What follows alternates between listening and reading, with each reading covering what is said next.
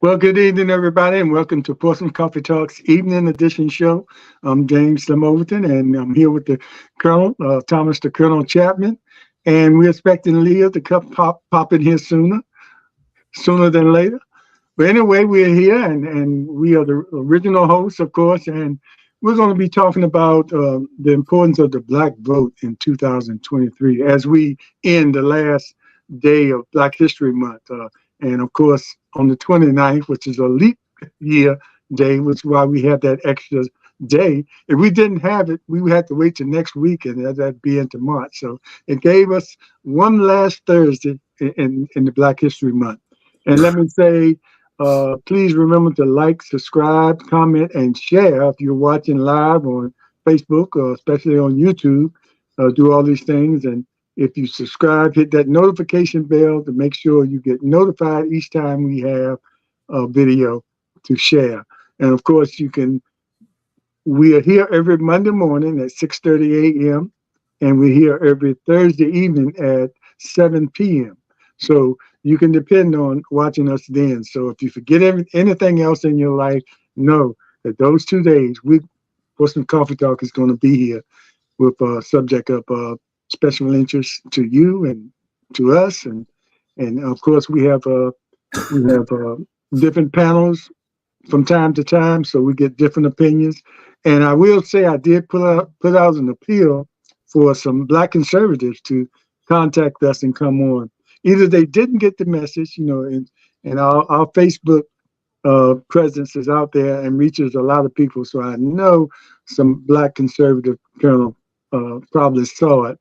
And I invited them to come on tonight. And that invitation extends beyond tonight and to whenever we're on. If you want to come on and voice your opinions or your thoughts about how you feel about the economy, the president, the election this year, we're gladly welcome. It might turn into a little debate, but I think that's good. We'll get to know each other and how we feel. But that goes out to you, Black conservatives or conservatives in general.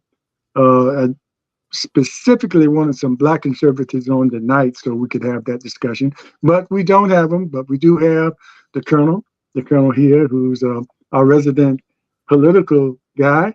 And we're going to start the conversation with him. And what we're talking about is the importance of the Black vote in 2024 and beyond. And Colonel, I'll let you go ahead. I think you have some thoughts and some things you want to share with our public about the Biden administration, or you can start any way you want to, and I'll chime in. Okay. First, you were too gracious with our Black when you're talking about the invitation for Black conservatives to come. And you gave them an out saying they may have not gotten it. I would tell you they've gotten it, and if they got it, they are not coming on because they don't have a leg to stand on, because they know that they won't be able to come here and lie like the rest of the GOP or the Confederates out there across the nation. I wouldn't even let Trump come on here and lie on this station, and he better not call. I wish he would call. So, any y'all conservative, y'all call down to Mar-a-Lago and tell him, give him our number. Tell him, come on. I'll be ready to debate him anytime. But remember, he doesn't even know who his wife is. So he couldn't do that. So saying that, before we get off in the discussion, if folks out there, we normally put out information that is truthful, that you will not get anywhere else in this nation. And at the bottom of the screen, you see where you can have a chance to support us. And you see Portsmouth Coffee Talk at yahoo.com. or Portsmouth Coffee Talk, PO Box 7664, Portsmouth, Virginia, and also how to support us on Zelle and stuff like that. But we also need your help so we can expand this kind of program so we can get it more across the nation, because we put it out here on Facebook, and we try to, and on YouTube, where you can have almost 3 years of going back, and you can see the consistency in the information that we put across. And come on in, anybody can come back and talk to us about and see about, give us a quality assurance kind of grade on the quality we put out there and the truthfulness what we do. So saying that, so I just had to get that across. Yeah. Even if you disagree with our stance on certain issues. Yes. So I went back and looked at one, and I know this program just when we first started talking about this program, I was thinking about that. And then I said, well, do we want to talk about one is the threat that Mr. Trump and the rest of the Confederates have on America? And those same threats that he is putting out there, and I will list them out, and I've said them before, but I will tell them, and this is not hyperbole, that he has against people of color. But going back and looking at the census data and looking at going back over the last 4 years of voting in 2020, we look at overall percentage of folks in the state of Virginia. The voting percentage is about 75% in that presidential year. So the state stepped up in one of the highest turnouts that we've had in a long while, because we recognize, the state recognized, yes, that we didn't want what we had was coming up to be the president. Even though down in the southern part of or the western part of Virginia, they also stepped up, and it still was a sort of a 5-point Biden win. So that means we have to come out and grow again. So in 2021, which is off year, and 22 was an off year, we had 54%, and it dropped down to 49%, 49.28. And in 23, the last election that we've had, it was down to 40. So those numbers are going down in these off elections, which explains why we got Governor Youngkin and his Confederate self in office there, because we did not come out and vote in an off year in during his election, and we allowed him to get into the governor's office. So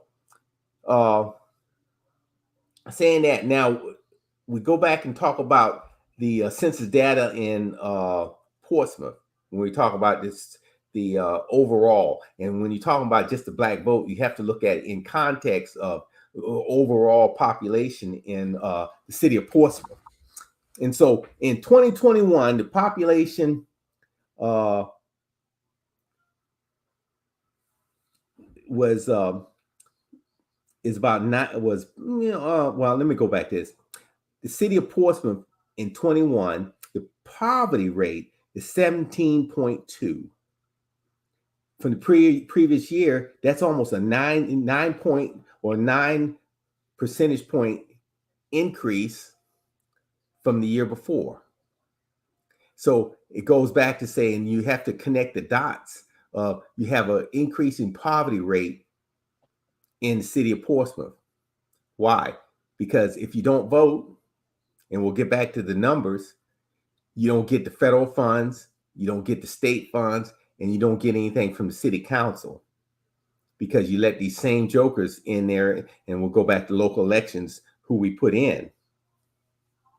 And then so your property rates is about 182,007 for property value for the medium cost of a house, and median income was only 54,000 in 1921, which is very, very low, considering we have all the federal institutions and the federal money here. Very, very low. And then why? Because if those folks that don't vote don't get don't get the educational backgrounds, don't get the educational monies, and doesn't get anything to help to increase your standard of living and your income. And so I'm trying to, you'll be able to tie this up there. So we also talk about the diversity and race and ethnicity in the city. So this city is 51.8 Black, 35.6 white, non-Hispanic, or well, actually Spanish 4.6 and Asian 1.5. So we have a majority Black population here, except when that Black population is asked to go to the polls. You can't find that 50. You can only find maybe between 25 to 30% of those that Black population to vote on off years, and it'll step up to, you know, maybe in the 50s during the presidential years. What was the effect of that? Do the math with that, Slim. What happens? Are you talking about on a national scale? Yeah, you can break it down by the city, state, and also national. When you have a say, just in the city, when you have your population is 51% Black, and your voting rate is between 30 and 40%. What happened to the other 60% that's going to vote? Yep, sitting home, I guess. Yeah. So you don't get anything done. You don't get the right people out there. Even though you have the power at your fingertips as far as voting, you just don't take advantage of it, and then I mean, you have to suffer the consequences of not getting out there, and probably can go nationwide.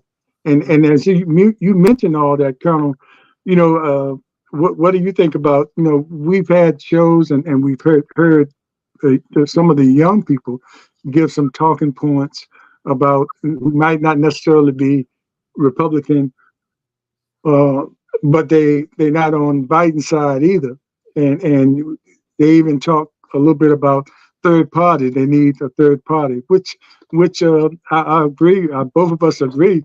It's kind of late for that. You don't wait till the election year to start talking third party. You're wasting your breath talking about that then. Even outside of the election year, it takes a lot to bring in a third party. So the concentration should be on the choices that you have in front of you. And I know you get frustrated. You don't even want to hear talk about third party, in a conversation when you're trying to figure out what we need to do as far as going voting. And it ties into all what you said, all the information you brought about, the percentage of people that can vote and the percentages that don't. And it seems like a lot of those people that are talking that stuff about third parties not voting anyway, because, they have issues with Biden because, and we talked about this before the show about people talking about the price of groceries are up. Yeah, they're high, but they've been going up for years.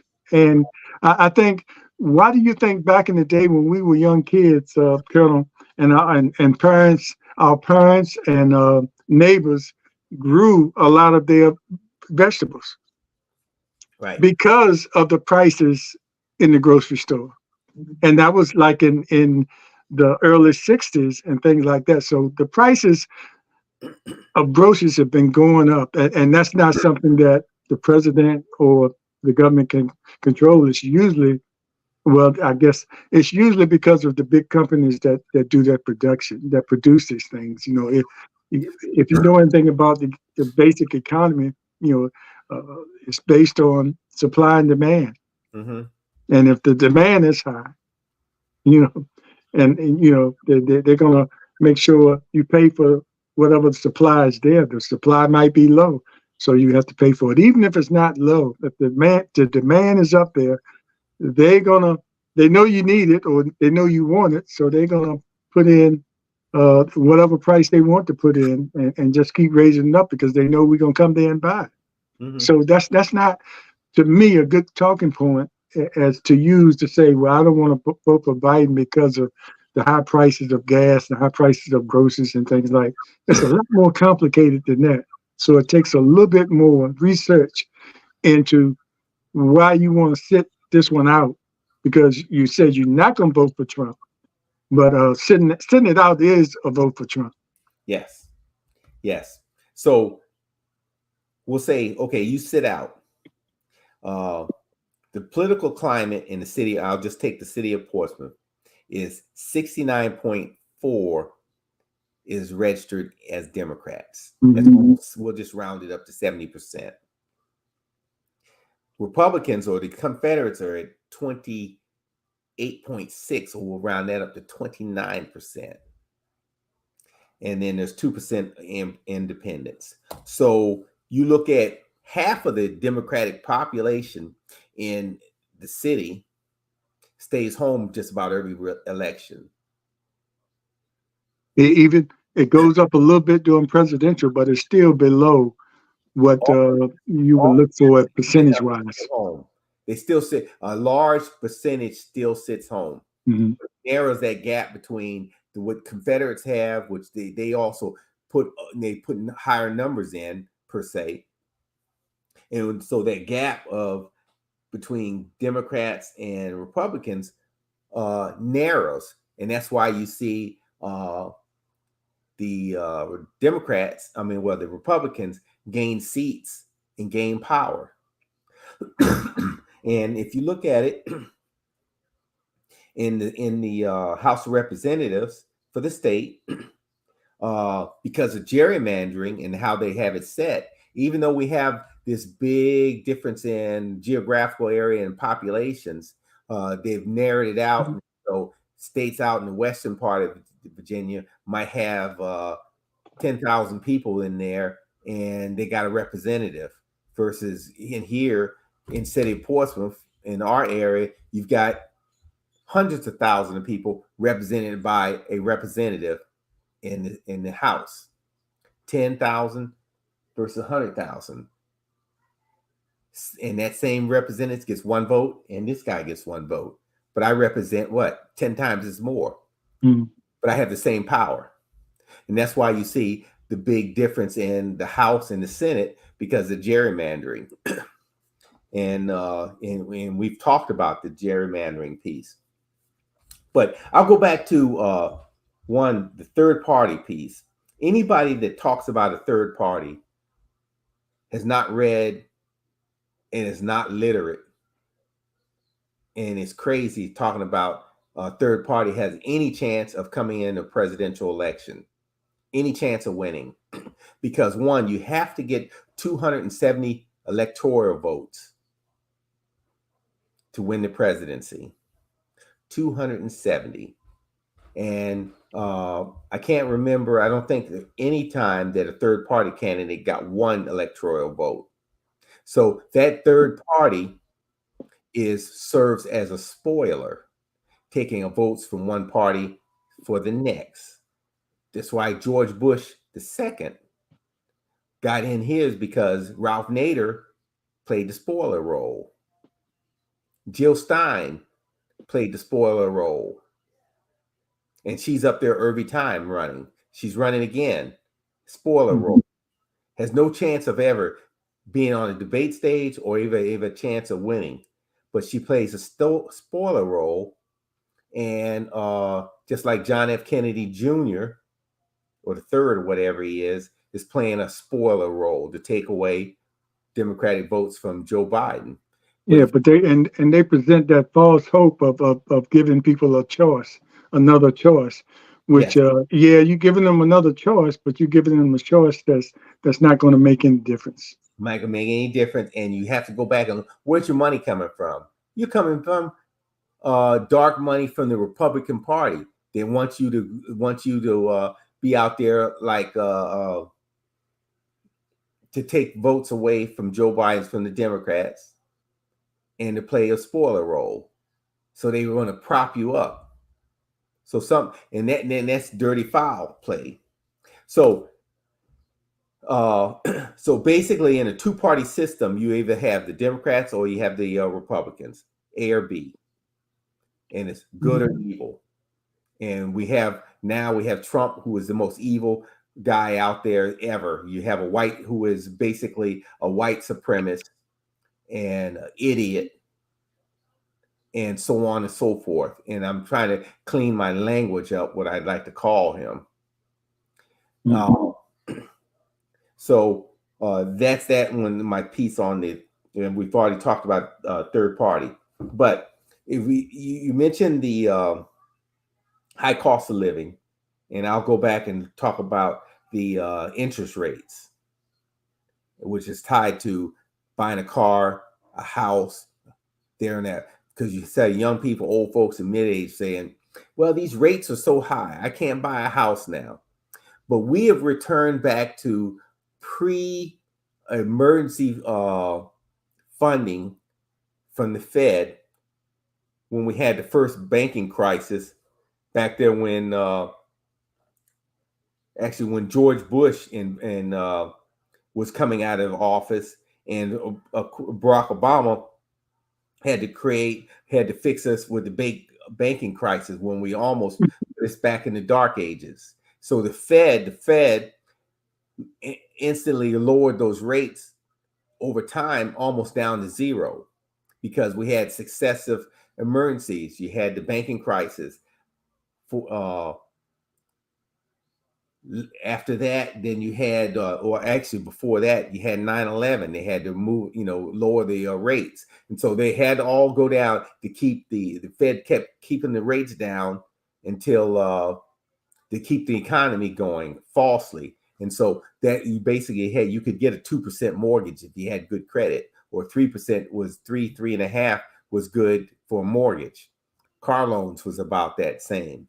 But now that the economy, as we've healed in the economy, it's gone back up to what now is the normal rates. You have to get that 7-8% loan, 7% for a house loan, and car loans about the same.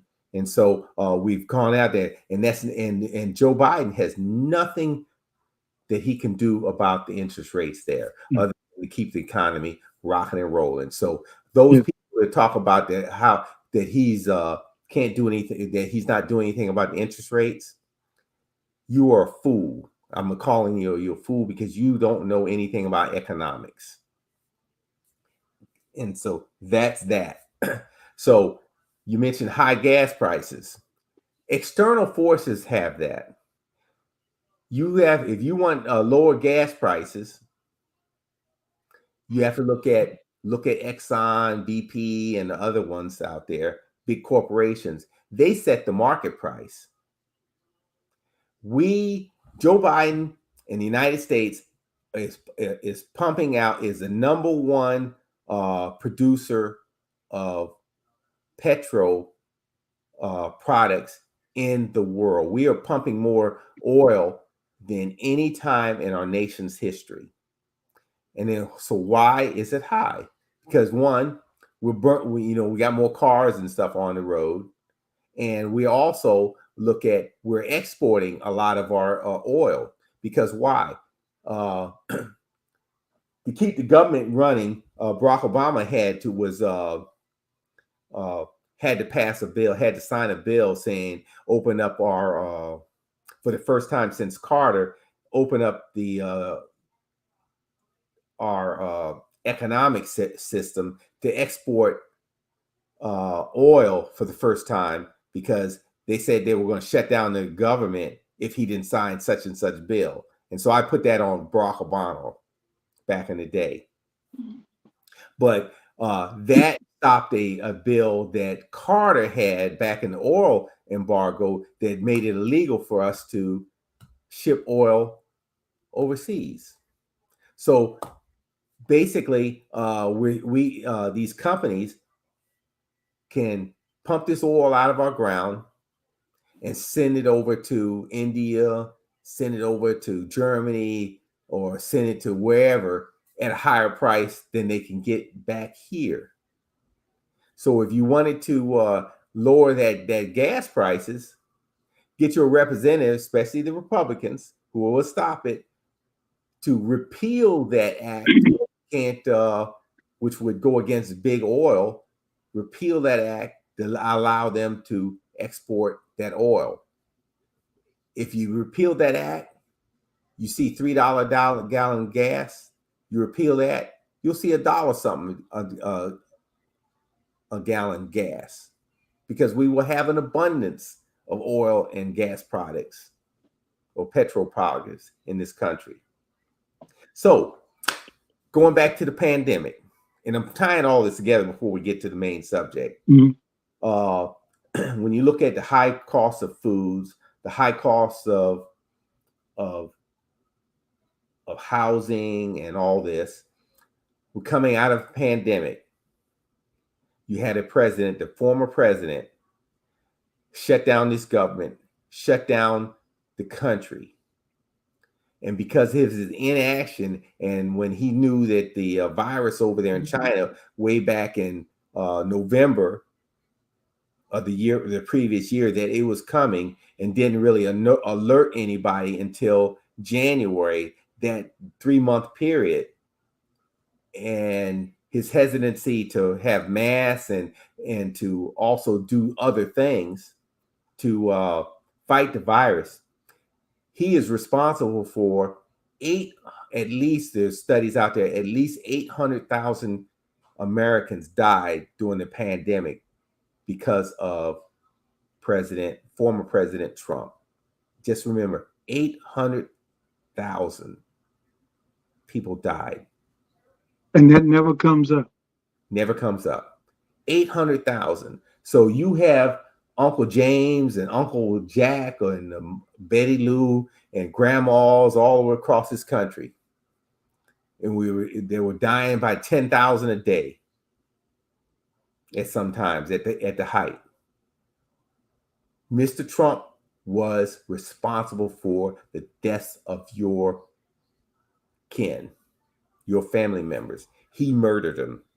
There's no way other than put it. He murdered them just for power. Because and he gets credit for the vaccine, doing operation, whatever they call the operation, to put that money out there to develop the vaccine. But he also did that so he could take his cut, because they got the billions went to some of these small companies owned by that really wasn't really companies, that he just gave out, and so they can take money off the top. And basically he's a mob boss, and I'm gonna try to do something for the country, but I got to take my cut. And so you're gonna let him go back into the in the White House? No, I hope not. So going back to the black vote. So we've already said that, yes, we stay home. So, and we'll look at what's the next we have the presidential elections coming up. So we're going to have an expanded number of people voting. But you also look at in the local area, local elections for city council. And we'll start there. What is the importance of the black vote on the people that are running for city council? And what happens if they don't come out? Oh, you're asking? I'm sorry. Yeah. If they don't come out, their interests normally won't be served. Then you get people. You get the same nonsense on city council that you got what's on city council now, because you can look at the two people. Who are the two people that are most disruptive on the city council? I guess I guess it all depends, but I guess you would be thinking about Whitaker and Bonds. Yeah, it could be either of them. But that last run when they had the majority, I think a lot of people saw that was a problem. Yeah, they're neck and neck, neck and neck. But if you look at it, what is the amount of votes? One, we had a lot of people running in that last election that siphoned off a lot of votes and diluted the votes so that they could come into office or stay in office. And there was like only 2,000, there was only a difference of 2,000 votes, 2,000 to 2,500 votes that were siphoned off that would have gone to somebody else, and neither one of them would be in city council. Look at and people can go out there and look at the numbers and look at how many people got stuff siphoned off. Say if they didn't run, and you have perpetual, and they can do their own research. There's people that run every time they get their 1,500 or whatever, they get the same community vote, and those people are wasting their vote because they have no chance of winning. That helps out, say, the two disruptive people. And then we go back and I say disruptive. Ask me what, and I'll use and I say 1 and 1, who's the most disruptive. And we'll talk about Barnes first, because in my opinion, he's the most disruptive. Isn't you see his signs out already? He's probably one of the first ones to put his signs out. And he's taking credit for what? What has he done to help the city of Portsmouth since he's been there? He's taking credit for what? For the casino. Am I correct? Yeah, I think that's all a part of what he has listed on his platform. And I think it's going to be, as we talk about the importance of Black votes, it's going to be up to the voters or watching shows like this, but it's going to be up to basically the voters to make sure that they check out the incumbents that are running as well as the new people, especially the incumbents, because they have a record that shows how they voted on certain issues. Now, if they're taking credit for the casino and the success of the casino, but you look back and see they voted initially against the casino, that should be something of concern to you. If they voted for something that's really helping out the economy, the city economy right now. And those other things we can't vote on because we like the suit that you have on, or we like the way your hair looks, or because you were in my class at elementary school, I'm going to vote for you because of that. But suppose you vote for them and they don't serve your interests. So it's going to be important for us to remember what those incumbents did while they were there, and also make sure you look into the people that are going to be running. There's going to be quite a few of them running this year. And like you were saying, Colonel, it's more important. It's not more important because we have to make sure we look for the national scene too, but it's important because locally, because it directs you, it directly affects you. And if you've been watching maybe the last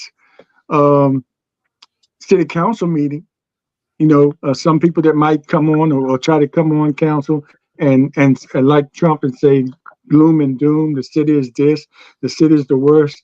And you might have some records about we're pretty high on the crime rate. But what about some of the other things? The assessor's office gave a report, and we have, with the interest rates like they are, we have a lot of interest in people moving to Portsmouth. We just don't have all the inventory that's needed for those people that have the interest in here. So, I mean, that's a pretty good sign. You can't have people wanting to move in Portsmouth. And if you just ride around and see the construction coming up, I used to complain about going to Suffolk and seeing construction coming up, but take a ride around in Portsmouth. We're much smaller, and see some of the new housing that's coming. And, the builders, they do not build unless they have pretty much a guarantee of a certain percentage of people that are going to buy their product, or they'll build on speculation. They'll buy the land and build as the interest comes. So you see a lot going on, especially around the casino. And sometimes businesses like that bring other businesses to the area. So make sure you check the incumbents and see how they voted on certain issues uh, that they might be running on as far as being a part of their platform. And if credit is due, credit is due. But you just can't let everything be said or forget about past issues. Just like you mentioned, Colonel, about all the people that died during the pandemic. Okay, you don't hear much talk about that. It's like that never happened. He's talking like it never happened, and nobody else is bringing it up Yeah. up to this point. And the same thing locally. It was some things that happened, maybe 3 years ago or 2 years ago that a lot of people didn't like, that were upset about. Have you forgotten that? You have to remember, that it was a majority of council people that were making some decisions that were unpopular or didn't make sense to some of the citizens. So you have to keep that in mind as well too. I think it showed itself in the last election because two of those people that made some of those decisions were not voted back in. So I have to give the people credit for paying attention then, but that was close to the time when it happened. So now it's been some time in between. It's been a recall effort that sort of died, but I always thought it should have been the it should be decided at the ballot box. That's just my opinion. I got tired personally of all black officials being recalled, and that's the only thing that's been warranted. Uh, People to jump up in arms and recall. And I've seen some white council people do some things that probably could be put in that category of being recalled, but it never came up. So, but anyway, it is what it is. But we at this point where you have the opportunity to vote um, or re-elect certain people, and then your main concentration should be trying to get a cohesive council up there that's going to work together. Nobody's going to be perfect, but that's going to work together for the betterment of what the city of Portsmouth, because there's some potential here and some good things already happening, and we don't need the distractions of people being put out of meetings, people being, you know, all of that we have seen in the past. You know, Well, you're correct. And then, so I'll make a comment too, is that you talked about knowing who you're going to vote for. And I think that when you talked about, the first thing I thought about when you're saying vote for somebody because of their hair or the suit they wear, or because I got a bright suit, or I state I'm from the hood, I'm like you. I think about Trump and his gold Trump tennis shoes and him relating to black folks. It's the same thing with this one person running for re-election that we just talked about. I'm like you, I'm from the hood. That's why I need to be there. And I will quote from when he won the election, and he had an article in the Virginia Pilot back in 21. And he was stating his goals of what he wanted to do. When he got on city council, he says, one of the biggest things I want to do is to bring revenue to our city so we can have the funding for things like education, recreation, and public safety. And at the time, he was transitioning from the school board. And of those things are very important things is combating crime and making sure that kids stay safe. And that's straight from an article that an interview he gave to the Virginia Pilot. So you go back and say, what have you done to do to address any ideas to address any of those? When it was time, say, and for instance, we already talked about the casino, which is going to bring in one of the jobs, and now it's completed, is bringing in revenue through the tax base from their operations. But you originally were vocal and voted against it there. Why? That was big revenue. What have you done with recreation and public safety? We'll start with public safety. Other than you showing that if there's a camera out there is talking about gun safety or somebody gets shot, I'm looking at Mr. Barnes. He's there in front of that camera. But I have yet to see a program that he has put forward to try to address that. Can you tell me of something that he's done to address recreation or public safety? Can you, Slim? I can't right off, but as we talked about that, we can put out that invitation for him to come on, or a representative of him, since we're talking about him. We mentioned his name. Give you the opportunity to come on here and tell us, or dispute anything that's been said here. Or you have your say. So it's an open mic here for that opportunity. If we miss if we're misunderstood about what you've been doing out there, please come on, or send a representative that can talk for you, about some of the issues that we're bringing up now. And it's going to be a lot talked about the local elections here, and each candidate that's running. So we're going to have that opportunity to do that. So, but we also want to extend the opportunity or the invitation for you to come on and give your side of the story, or talk about your platform, or your past service on the city council. You can answer some of those early questions from when you first got on there, when some of the things were going on. So you have that opportunity. Yes. So I can make it perfectly clear, because if he says that if he decides to come, or one of his representatives comes in and says, "Oh, I made this up out of thin air," they can go back and look it up in journal in the Virginia Pilot, November 4, 2020. And the article actually was updated in November, actually April 15th, I think, of 2021. Those same words, those were the quotes from Mr. Barnes. And yeah, and that's important to know, that you're just not pulling things out of the sky and talking off the top, out of the side of your neck about what you're saying. This is something that you have researched, yes. and you're giving from your observations and from your research. So that's important. So that's why we stand by what we say here and give you the opportunity to come on, and any candidate.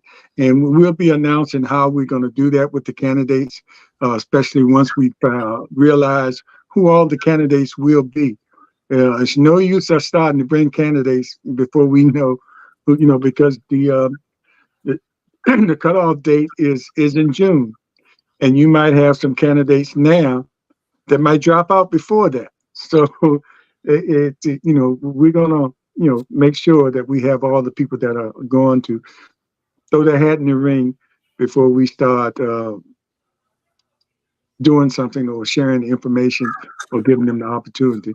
Now, the reason I gave that opportunity because we call his name out, and because we did that, that's why I gave the opportunity for him or a representative to come on even before that. We don't want to be, going back and forth on social media. We can face each other face to face virtually, and you can have your say. So that's why I gave that opportunity there. But Colonel, and we're going to have plenty of time to talk about the local. I want to swing back right quick to the national scene. And I was telling you earlier what was bothering me, and you addressed some of it about some of the younger people that bring up the high groceries and things like that. And you addressed that, but it also bothers me when it's a book out by this gentleman named Clay Kane. He's a radio host, and it's called The Grip, and it's all about grifters, and it's Republican grifters. He has done big research He is an award-winning journalist, writer, radio host, political commentator, and has a degree in African American Studies from Rutgers. So he has done his research in this book, and I got it and started reading it.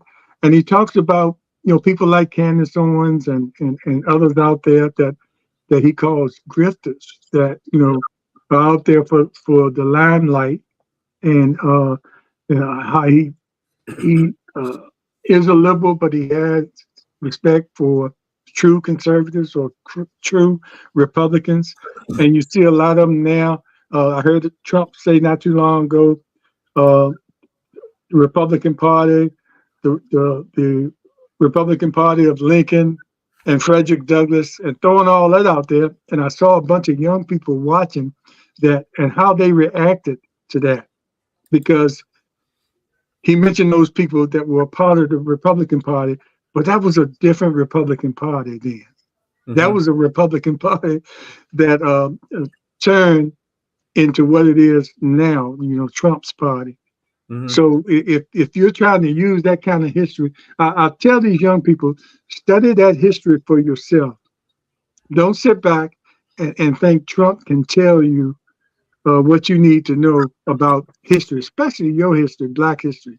And I cringed when I saw these four young Black brothers watching this tape of Trump and just applauding some of the things he was saying, which was some of it was totally offensive to them, Yeah. with the sneaker thing.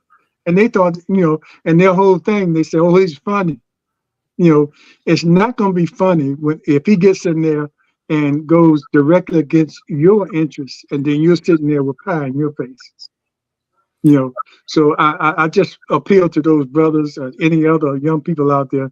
Make sure you do your own homework, whether you are looking at Biden or whether you're looking at Trump. Just make sure you do your own homework and don't be cult-like and just follow people for the sake of following because they're funny and they make you laugh. You're laughing at history that is very sensitive to your very being, to history that if it had gone a different way, you might not even be here. So you're laughing at a man that's pretty much mocking you and making you laugh, and he's mocking you. Open your eyes, brothers. See it for what it is. You got a guy out here that's really in it for himself. Yes. And and everybody else is jumping on the bandwagon because he has people like you guys following him, and everybody else sees those followers and say, I can't go against him because I need these people if I want to stay elected. But just wake up. That's all I can say. And the woke word is still alive. They try to take that away from us. Woke means just waking up and seeing it for what it is. Well, you know what? You use the word grift. And if in when you look at the definition of the verb, using the word grift as a verb is engaged in petty or small scale swindling. You can use it as a noun, which is a petty or small scale swindling. But they have taken the word grift and by a new expanded that and especially the Trumps and the rest of his accolades, and use the word as obtaining money or property illegally, and often as a confidence game or scam. And they have been scamming people throughout his 78 years that he's been on this earth. And you can't tell me good examples of who he has helped during this time. When he was running in the last election, he says he had donated millions to different causes. But when they got his taxes and everything, and it was proved that, yes, he was lying about that. He never gave anybody nothing. Grifting. He has tens of millions of dollars of of lawyer fees while he fights the justice system. Yeah, that you are paying for. But he wants to have his daughter-in-law be part of the RNC, Republican National Convention. So those Republicans that are up and down ballot, that the Republican organization, you give money to them so they can get Republicans elected. He is going to take that and wants to use your money to pay his legal bills. Who he says, he claims that he's a multi-billionaire. And so with this case in New York, where he just got this judgment of 340 something million dollars that he has to come up with, and he comes up and tells the judge, I can only come up with 100 million. I thought you the question, I thought you was a multi-billionaire and you can only get 100 million. Something's wrong with that picture. So do the math, do the research. And like you said about those 4 young brothers that you just saw, do not debase and degrade and spit on your grandmothers and your parents and spit on everybody you've known in your family by being part of that foolishness.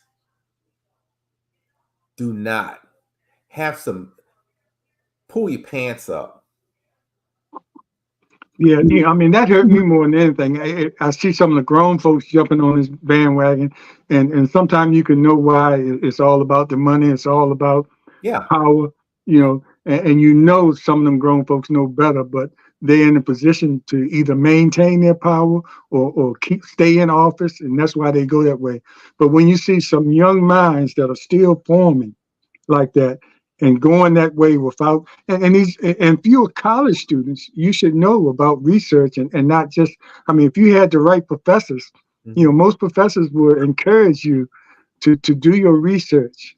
In one of the classes you took, now I don't know what college they actually went to. I'm sure it wasn't one of these. Sure, it wasn't one of these. Right. But and you all were athletes, and maybe y'all didn't go to class. I don't know. I'm not going to say that. I'm gonna assume that all you brothers graduated now, but you all know now. I told the colonel earlier, these guys are getting all thousands of views on the YouTube channel, and the more they laugh at Trump's talking, the more views they're getting. So they're probably in the stage now where they're being monetized, and so that's probably a big reason for them to continue that way. But looking at them, I can feel or see that they actually think that that Trump is for real. I mean, he's the real deal. They actually think that, and our college graduates, and not even thinking for themselves. Yeah. Yeah.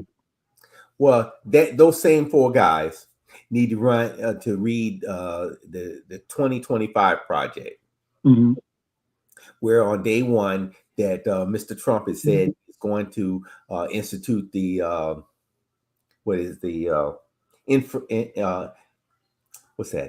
Insurrection Act. And he's going to start from also on day 1, the largest. He's going to call up all of these National Guarders from states in the South, like Texas and Florida and Alabama, send them to cities that are majority Black and people of color, and start the largest deportation ever in our history. And he said, yes, they're going to build big cities of concentration camps as they ship people out. And he said, I'm going to sweep up people, especially people of color, because when we talk about immigration, we're only talking about brown and Black people. And some of them will be American citizens. And those American citizens will be deemed that you don't like America because, one, you may be protesting. And so you have a Black Lives Matter protest or something like that, or when he comes in for his inauguration and we're out there protesting, those same National Guardians will be out there sweeping us up. And 2 days later, those 4 guys, even though they're American citizens, will wake up and they're in Zimbabwe other what he called S-hole country in Africa, and they won't have any constitutional rights. And so, tell me what you're going to do. How you going to get out of that with no passport? You ain't getting no money from your YouTube or whatever. You're not getting any clicks on your Twitter or X. Your mama can't help you because she ain't got no money to send you a plane ticket. Actually, if she had money to send it to you, you don't have a passport, so you can't get back in this country. And matter of fact, Trump would say they'll flag your information and you're gone forever. But he's already put that in the 2025 project that these right-wing folks are going to do. Yeah, I see someone watching James JG watching on a YouTube channel live. I think when I brought up they probably didn't go to HBCU, he put up there they probably went to Trump University. Yeah. And thank you, JG, for all the comments you've been making about. I see one comment: the RNC proportionalize an attachment their laws to stop him from using that money. Oh, okay. They can pass a resolution to allow them to pass the to pay his legal bills. Okay. Oh, okay. That's what you're saying. Okay, Jay. Yeah. And yes, and JG, he is correct about there's nothing that Joe Biden can do about the Israeli war against the Palestinians. And for those who voted non-committal or non-committed in Michigan, what do you think would happen if Trump was in office and these folks came across there and killed all those Israelis? Trump would have our boys, 101st Airborne, in there fighting with the Israelis, wiping out those, or telling them, wipe out them Palestinians. Because you know why? They're brown people. Wipe them out. That's the only way to do it. Hey, Colonel, we're winding down, but it's one other thing I wanted to ask you about. When was that Michigan where they had like 100,000 people that during the Biden primary that voted uncommitted, and some people are saying that that was like a protest vote, and they probably will come around in the general election. But I just wonder what kind of message that sent, and it's mainly because. I guess it was reported that it's mainly because of the stance that we have on the war. Well, I would tell you, because in Michigan they have a large population of Arab, Palestinian descent people, and that same protest vote is the same protest vote that will probably make him lose Michigan. And as Michigan goes, so will the election. That is the same protest vote that those who voted for Ralph Nader that allowed George Bush to be president against Al Gore. That is the same protest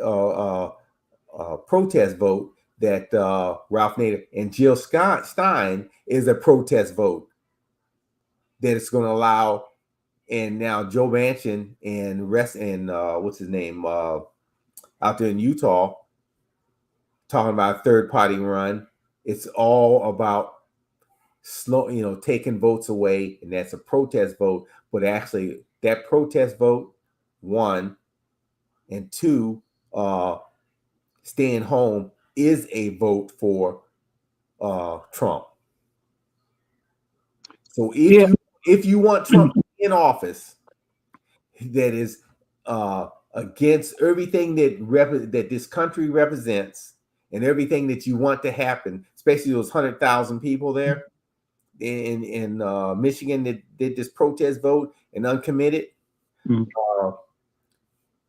this protest vote. You think that things will be bad for the Palestinians now? They will be wiped off of the planet when they're done. If Trump was in there, they'd already been dead.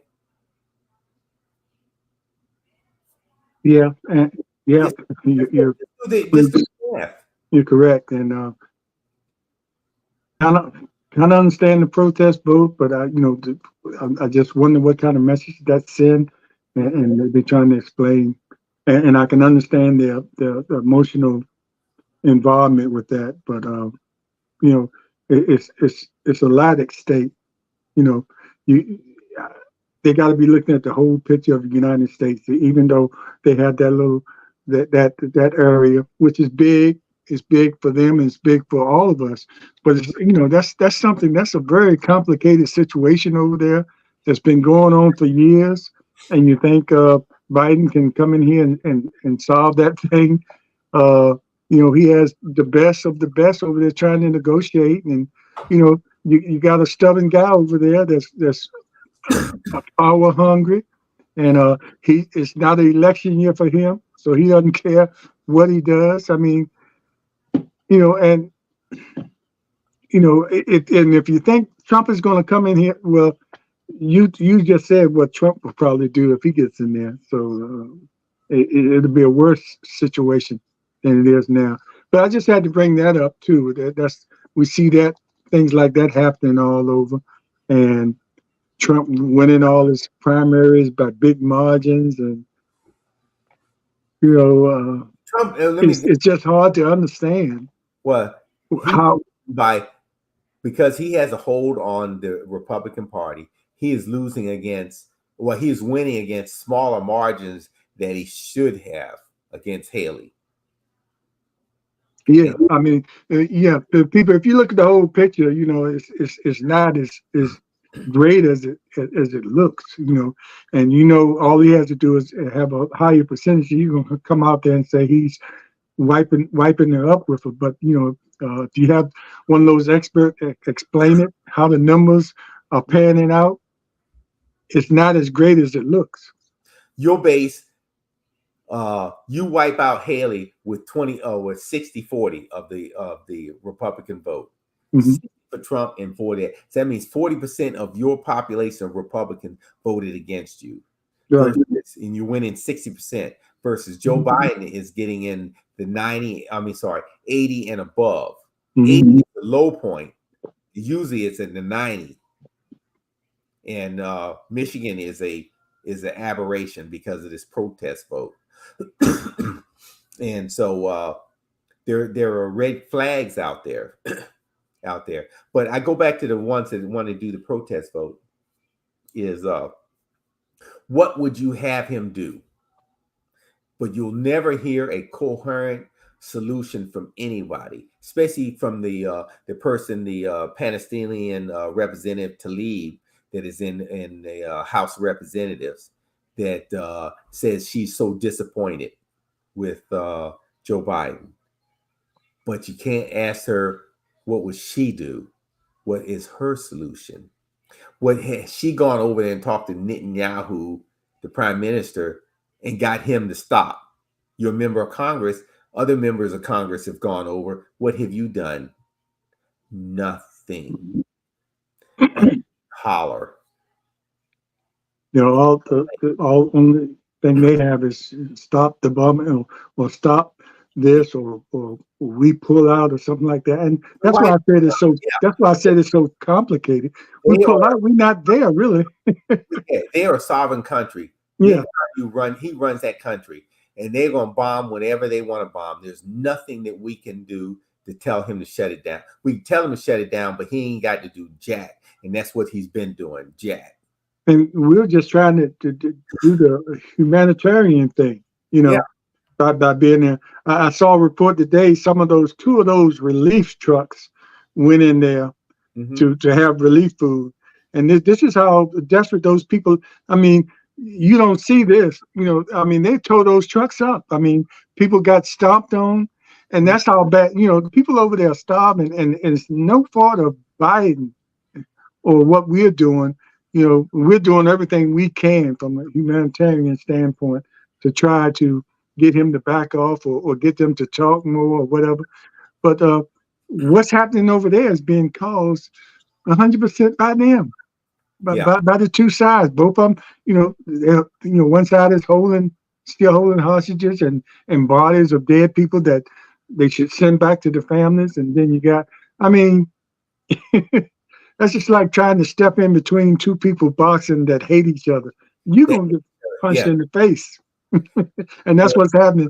You know, we trying to step in and we getting punched in the face by people here, back here in our own country, yeah, because we're trying to find a workable solution for this, for people that have been fighting for forever. forever. Yeah, and And y'all want us to solve it overnight, yes, or if you don't, I'm not gonna vote for you. right.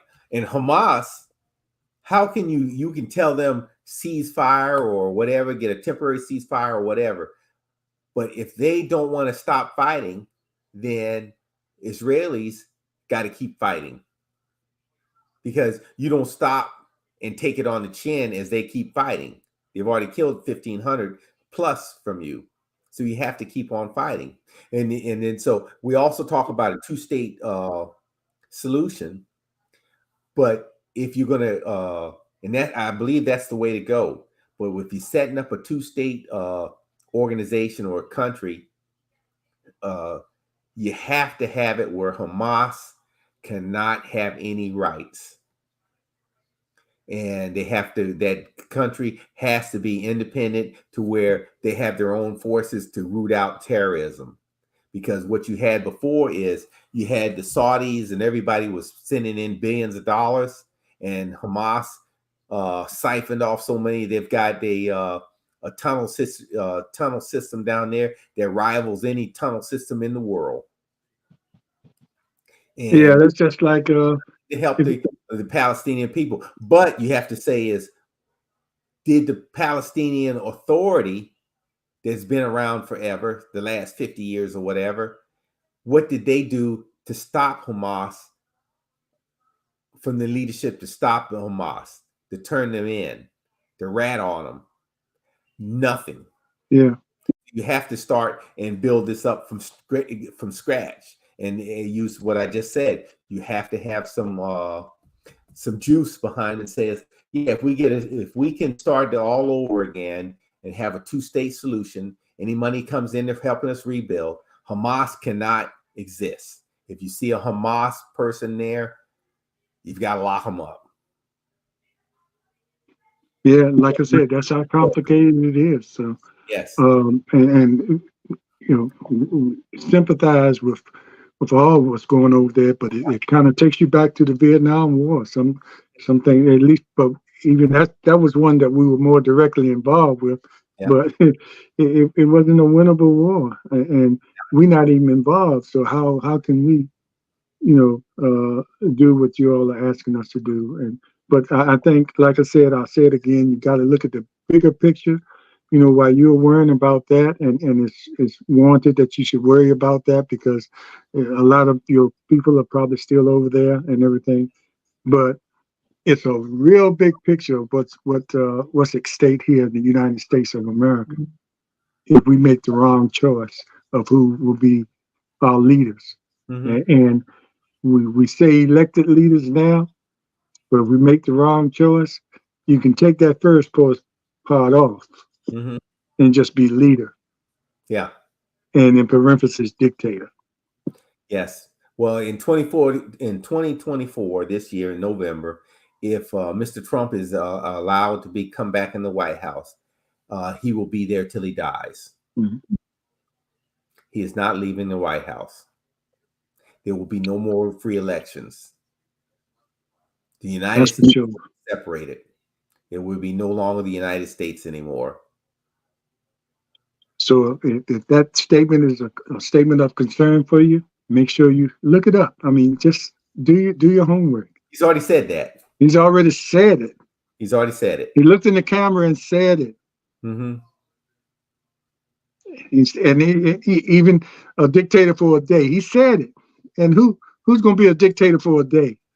Well, and here's the other piece is, quote unquote, I am going to get them riggers.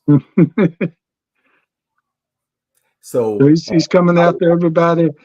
yeah. Everybody that he feels like it's going to be I'm gonna get you sucker campaign. Mm-hmm. You know, at least the first year, everybody who did him wrong.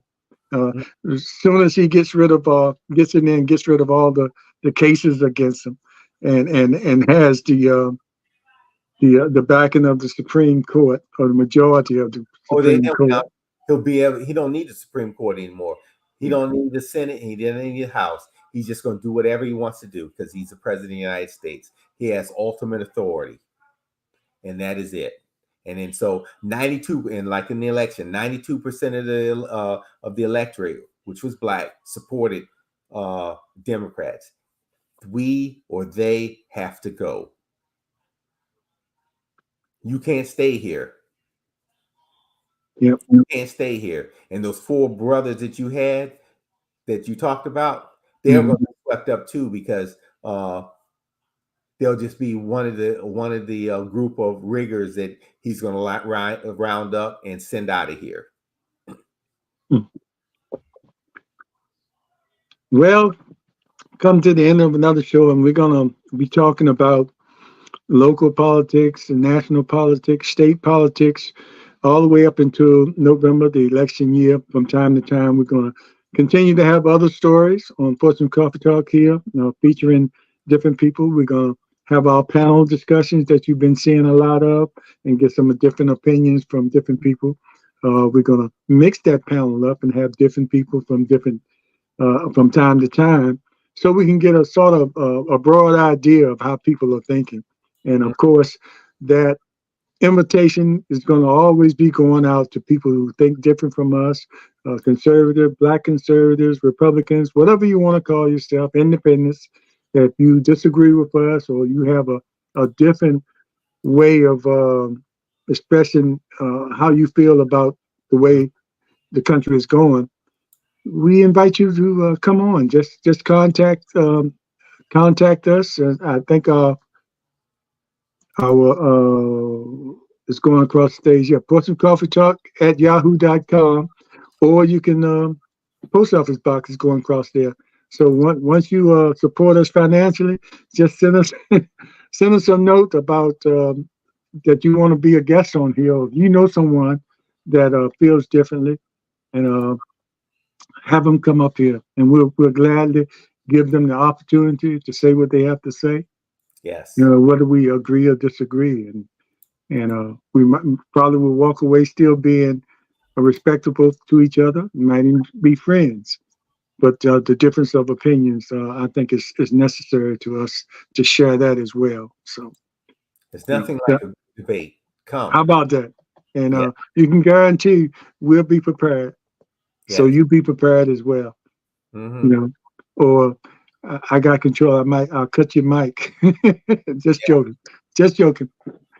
All right. Thanks, everybody. We appreciate you watching, and thanks for the people that watched on our YouTube channel live. We're getting a lot of people now watching live on the YouTube channel as well as on Facebook, and we appreciate that. But we always can use more of you watching, and we need you to subscribe, like, and comment, and share. And if you comment, if we have time, we will bring your name up and share some of the comments you made, because we want you to participate in what we're doing here. And that's the way we learn as well. So we appreciate it. Colonel, thanks a lot. We appreciate you, cuz. We'll see you next time. All right. Next time it'll be next month. So so stay tuned for what that show will be all about. Appreciate you. Take care. Have a good weekend, everybody. All right.